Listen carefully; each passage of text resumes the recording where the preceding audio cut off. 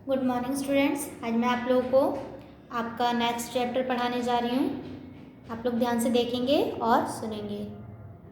जो आपके चैप्टर 6 का नाम है जगदीश चंद्र बसु। अब सबसे पहले हम ये बता देते हैं कि जगदीश चंद्र बसु थे कौन। तो बच्चों वो बहुत ही एक महान वैज्ञानिक थे और उनका सब एक तो वो सबके जीव विज्ञान विज्ञान सब में अपना भौतिक विज्ञान सब में अपना समान इंटरेस्ट रखते थे, एक जैसा ही मतलब रखते थे। उनको सब चीज़ का अध्ययन करना बहुत ही अच्छा लगता था विज्ञान में। लेकिन उनका जो सबसे ज़्यादा रुचि था वो था वनस्पति विज्ञान में, यानी कि पेड़ पौधों के प्रति उनका रुचि बहुत ज़्यादा था। तो उन्होंने इस चैप्टर में ये बताया कि जगदीश चंद्र बसु ने पेड़ पौधों के जीवन तथा उनके महत्व को समझाया है इस चैप्टर में। तो आज मैं आप लोगों को ये चैप्टर पढ़ के बताने जा रही हूँ। आप लोग ध्यान से देखेंगे और सुनेंगे।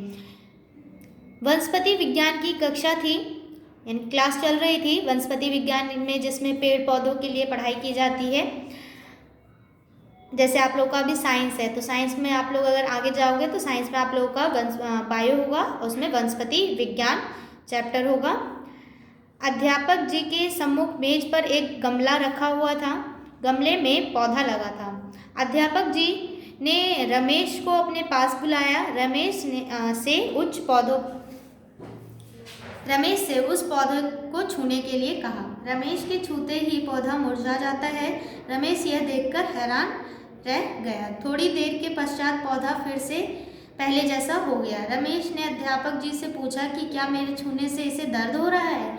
क्या पेड़ पौधे में भी जीवन होता है? रमेश ने ऐसा पूछा कि पेड़ पौधे में भी जीवन होता है, क्या वो भी हमारी तरह दुख सुख का अनुभव करते हैं? अध्यापक जी ने कहा, तुम्हें ये बात आश्चर्यजनक यानी कि बहुत ही आश्चर्यजनक लग सकती है, लेकिन यह सब सच है कि पेड़ पौधे में भी जीवन होता है। वे भी हमारी तरह सुख दुख का अनुभव करते हैं। अध्यापक जी ने बताया कि सर्वप्रथम महान भारतीय वैज्ञानिक जगदीश चंद्र बसु ने ही इसका पता लगाया था। उनके जो अध्यापक थे रमेश के, उनके अध्यापक ने क्या बताया कि वनस्पति विज्ञान के बारे में सर्वप्रथम महान वैज्ञानिक जगदीश चंद्र बसु ने इसका पता लगाया था कि पेड़ पौधों में भी जीवन होता है। एक छात्र उठता है, अध्यापक जी कृपया आप उसके बारे में विस्तार से बताएं। उनके बारे में विस्तार से बताएं। किनके बारे में? तो वैज्ञानिक जगदीश चंद्र बसु के बारे में विस्तार से बताएं।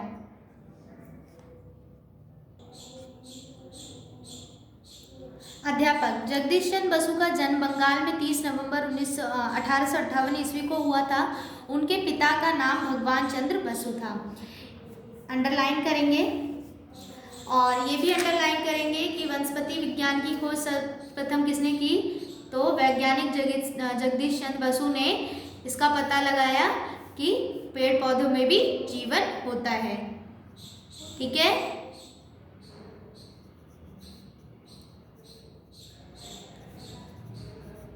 ये अंडरलाइन करेंगे। इनकी प्रारंभिक शिक्षा गांव की एक पाठशाला में हुई थी। पाठशाला में वे किसानों के बच्चों के साथ अक्सर पेड़ पौधों के विषय में बात करते रहते थे। इनसे यह पता चलता था कि बचपन से ही जगदीश चंद्र बसु की रुचि पेड़ पौधों में ही थी। 9 वर्ष की उम्र में आगे की पढ़ाई करने के लिए वे कोलकाता चले गए। वहाँ भी वे जीव जंतुओं पेड़ पौधों में विशेष रुचि रखने लगे।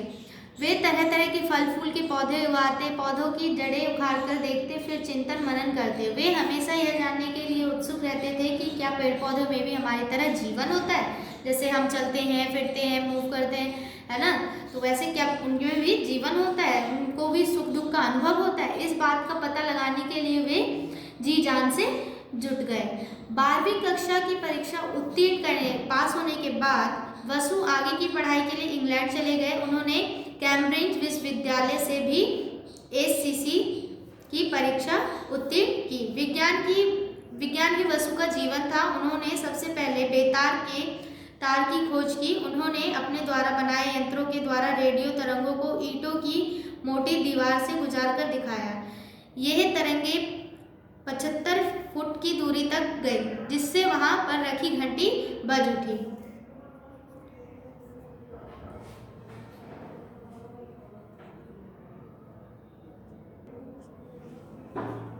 पेड़ पौधों की भीतरी क्रियाओं को दिखाने के लिए उन्होंने केस्प्रोग्राफ और रेंजोनेस रिकॉर्डर नामक यंत्र बनाए। कौन कौन से पेड़ पौधों को दिखाने के लिए उन्होंने केस्प्रोग्राफ और रेंजोनेस रिकॉर्डर नामक यंत्र बनाए। केस्प्रोग्राफ से पौधों की वृद्धि को नापा जा सकता है कि वो कितना बढ़े हैं, तथा रेंजोनेस रिकॉर्डर से यह ज्ञात हो जाता था कि चोट लगने पर और मरते समय पौधे कांपने लगते हैं। उन्होंने पौधों के कष्ट और उनकी मृत्यु का दृश्य पर्दे पर दिखाया। उन्होंने जीवित पौधों में विद्युत की लहर दौड़ाई, जिससे पौधों का कांपना और तड़पना पर्दे पर दिखाई देने लगा। धीरे धीरे पेड़ पौधे निर्जीव हो गए। यह देखकर लोग आश्चर्यचकित रह गए।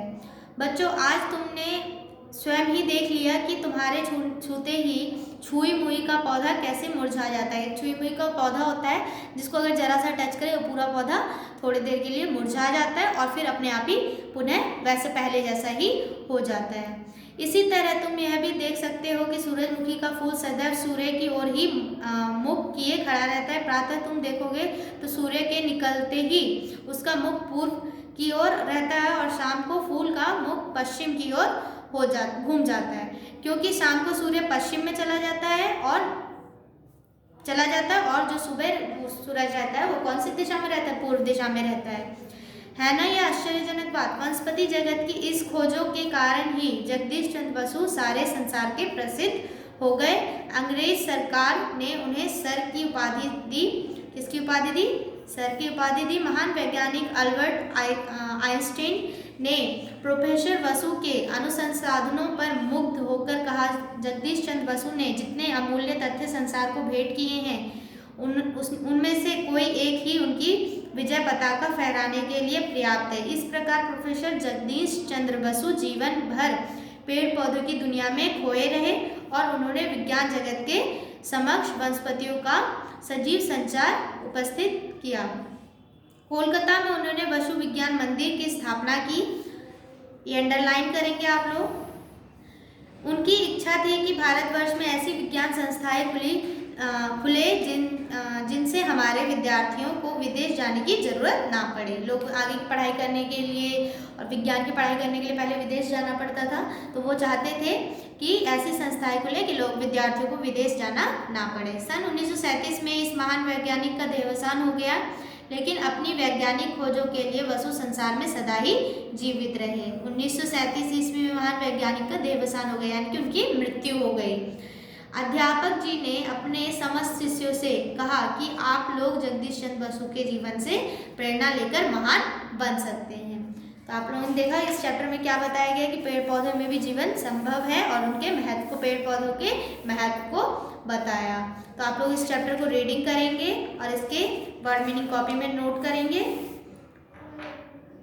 और इसके एक्सरसाइज भी अपने आप ही करेंगे। आपका आज का होमवर्क है कि इसकी एक्सरसाइज आप लोग करेंगे, ठीक है, और इसकी वर्ड मीनिंग कॉपी में नोट करेंगे। जो नहीं समझ आता वो मुझसे कमेंट करके पूछेंगे। Okay, thank you.